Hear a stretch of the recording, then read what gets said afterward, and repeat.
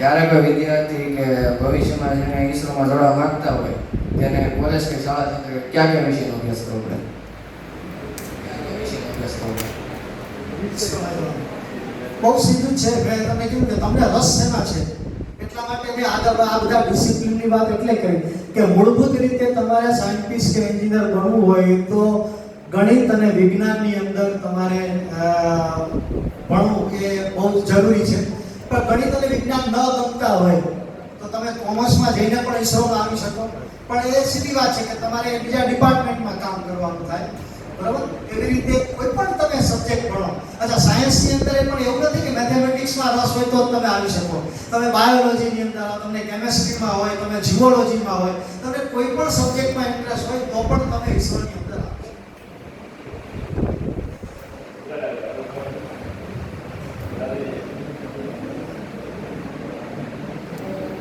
ભવિષ્યના કલ્પના ચાવલા માટે આપણે કામ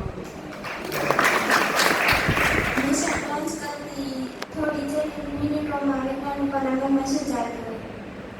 વાહ વાહ. મિશન લોન્ચ કરતી વખતે થોડી જેટલી મિનિટોમાં વૈજ્ઞાનિકોના મનમાં શું ચાલતું?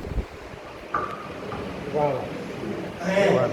બીજાની વાત કરતા પહેલા હું તમને મારી પોતાની વાત કરી દઉં તો જ્યારે લોન્ચ કરવાનું હોય ને ત્યારે લગભગ તમે માનો કે સવારે 6 વાગે ને 25 મિનિટનો લોન્ચનો ટાઈમ નક્કી થયો હોય તો આગલે દિવસે રાતના 1 વાગે નાઈ ધોઈ, બરાબર ને, આપણે જે કહીએ ને સરસ કપડાં પહેરી બધા ત્યાં જતા રહીએ.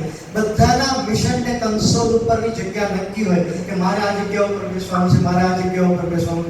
કારણ કે મેં ઘણા મિશનની અંદર હું ત્યાં અને ઇવન ફ્રાન્સની અંદર પણ આપણું મિશન થયું ત્યારે પણ લોન્ચ વખતે હું ત્યાં ગયો હતો. તો મિશન પર બેઠા હો તો આપણે ત્યાં હોય ત્યારે સવારે જ્યારે એનો ટાઈમના 1 કલાક પહેલા એ સેન્ટરનો સૌથી નાનામાં નાનો કર્મચારી, મોટે ભાગે માળી અથવા આપણા જે સફાઈ કામદાર હોય એ આવે. એ આવી પોતે પણ ધોતી અને કુર્તા એવું પહેરી હાથમાં પેલા કંકુ, ચોખા, ફૂલ અને દીવો એ બધું લઈને આવે અને એક જણને જેટલા કન્સોલ પર બેઠા હોય બધાને ચાટલા કરે અને આરતી આપે અને એક મીઠાઈનો નાનકડો ટુકડો એના મોઢામાં મૂકે. અને બધા વૈજ્ઞાનિકો એમાં પ્રવેશતા પહેલા એ સેન્ટરની બહાર નવાઈ લાગશે અને બધા એમ થાય કે વિજ્ઞાન અને અંધશ્રદ્ધાની પણ વાત થતી હોય છે. આજની તારીખે કોઈ પણ લોન્ચ હોય કે સેટેલાઇટનું હોય કે રોકેટનું હોય તો એની નાની પ્રતિકૃતિ, નાનું મોડલ કહીએ ને, એ લઈને આપણે સાઉથનું મોટું મંદિર તિરુપતિ બાલાજીની અંદર એ નાનું જે મોડલ છે એ લઈને ભગવાનના ચરણોમાં 4 કે 5 દિવસ પહેલા આપણે એને ત્યાં ચડાવી ભગવાનની પ્રાર્થના કરી. હવે એટલું વિચારજો કે સાચી અનુભૂતિ ક્યાં થાય કે બધું હોય 1 કલાક પહેલા ચેક શરૂ થઈ જાય કે બધું બરોબર છે, પછી જેમ આવા અવાજ નહોતો આવતો એટલે ખબર ના પડી. એકચ્યુઅલ લોન્ચ થાય ત્યારે પેલા કાઉન્ટડાઉન શરૂ થાય 10, 9, 8 બોલાય ને, બસ એ વખતે છે ને તમારા રૂવાડા ઉભા થઈ જાય. અને કારણ કે ત્યારે પૈસા કરતા આપણને એમ લાગે કે જે હમણાં ચંદ્રમૌલી જોશી સરે કીધું મેરા દેશ મેરા ભારત, ત્યારે એમ થાય કે આટલા કરોડનું આપણું આ પ્રતિષ્ઠિત મિશન એ સફળ થાય તો મારા દેશનું થાય, નહીં થાય તો મારા દેશનું નામ ડૂબશે. એ વખતની જે અનુભૂતિ છે એની સામે પૈસા કે પ્રતિષ્ઠા કોઈ મહત્વ નથી.